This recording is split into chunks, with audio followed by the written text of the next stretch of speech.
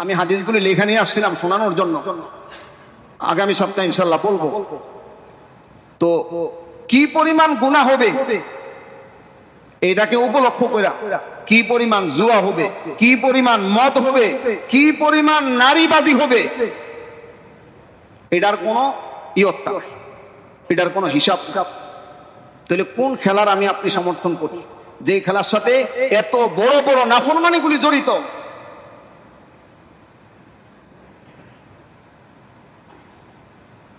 ওই দেশের, আমি বাংলাদেশের পতাকা উড়াই, অসুবিধা নাই। মুসলমান কোন দেশের পতাকা উড়াই, আমি মুসলমান অমুক দেশটাকে পছন্দ করি, পতাকা উড়াই।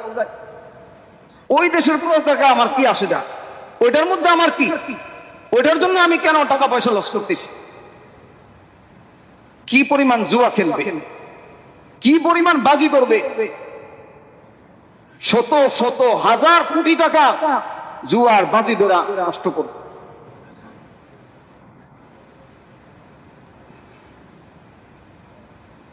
তাহলে এটি হলো বিধর্মী রাষ্ট্র এবং এরা হলো বিধর্মী।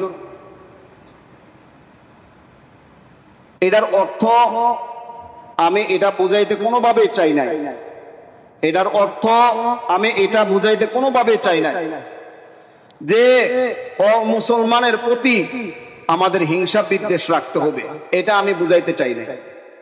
আমরা যে মোহাব্বত অন্তরে ধারণ করতেছি ওইটার কথা বলতেছি। কোন মুসলমান বিপদে পড়ছে, কোন সহানুভূতির প্রয়োজন, সেটা আপনি করেন, কোনো সমস্যা নাই, এটা ইসলামের নির্দেশনা। কিন্তু আমরা যে মোহাব্বত আর ভালোবাসা নিয়া অন্তরে ধারণ করা, এদের জন্য যেই পরিমাণ জজবা নিয়া, যে পরিমাণ আনন্দ আগ্রহ করতেছি আমরা, এগুলি তো শরীয়তে জায়েজ না, এগুলি হারাম।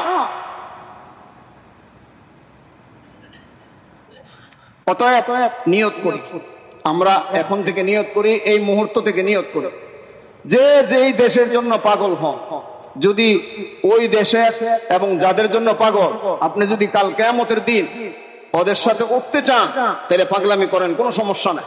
আর যদি মনে করেন না আল্লাহ এগুলির কাছে দ্বারা আমি যাইতে না, সুরের লোকে, বদমাইশের লোকে, বাটফারের লোকে, কাফির কুফারের লোকে আমার জন্য আখেরাতে সাক্ষাৎ নাও, এদের সাথে আসন্ন সর্জন না হয়, এই ধরনের মন মানসিকতা নিয়ে যদি থাকে, তাহলে এগুলি আজকের থেকে একদম পরিপূর্ণ বা নামাজি, 5 ওয়াক্ত নামাজ পড়ে নামাজের বাইরে গেলে পারলে মসজিদে ওইটা নিয়ে আলোচনা, যুবকরা, ছাত্ররা কি কোন আমল করতে পারবো তো ইনশাআল্লাহ? কারাগা পারবো এটা হাতুড়া। আল্লাহ এদের সবাইকে আপনি কবুল করে নেন।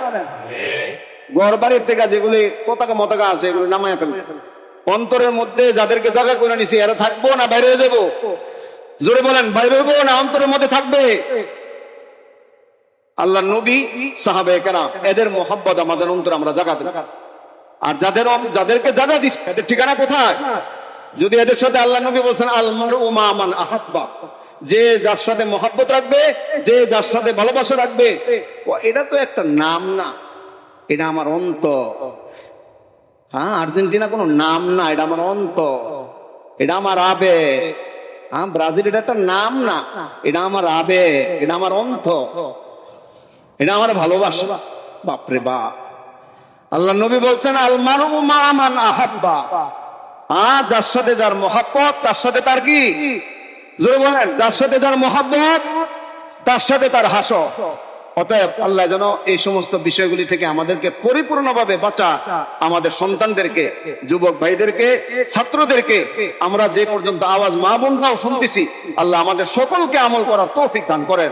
ওয়া আখিরু দাওয়ানা আলহামদুলিল্লাহি রাব্বিল আলামিন। আমরা যারা সুন্নাত পড়ি নাই, সুন্নাত পড়ি নাই।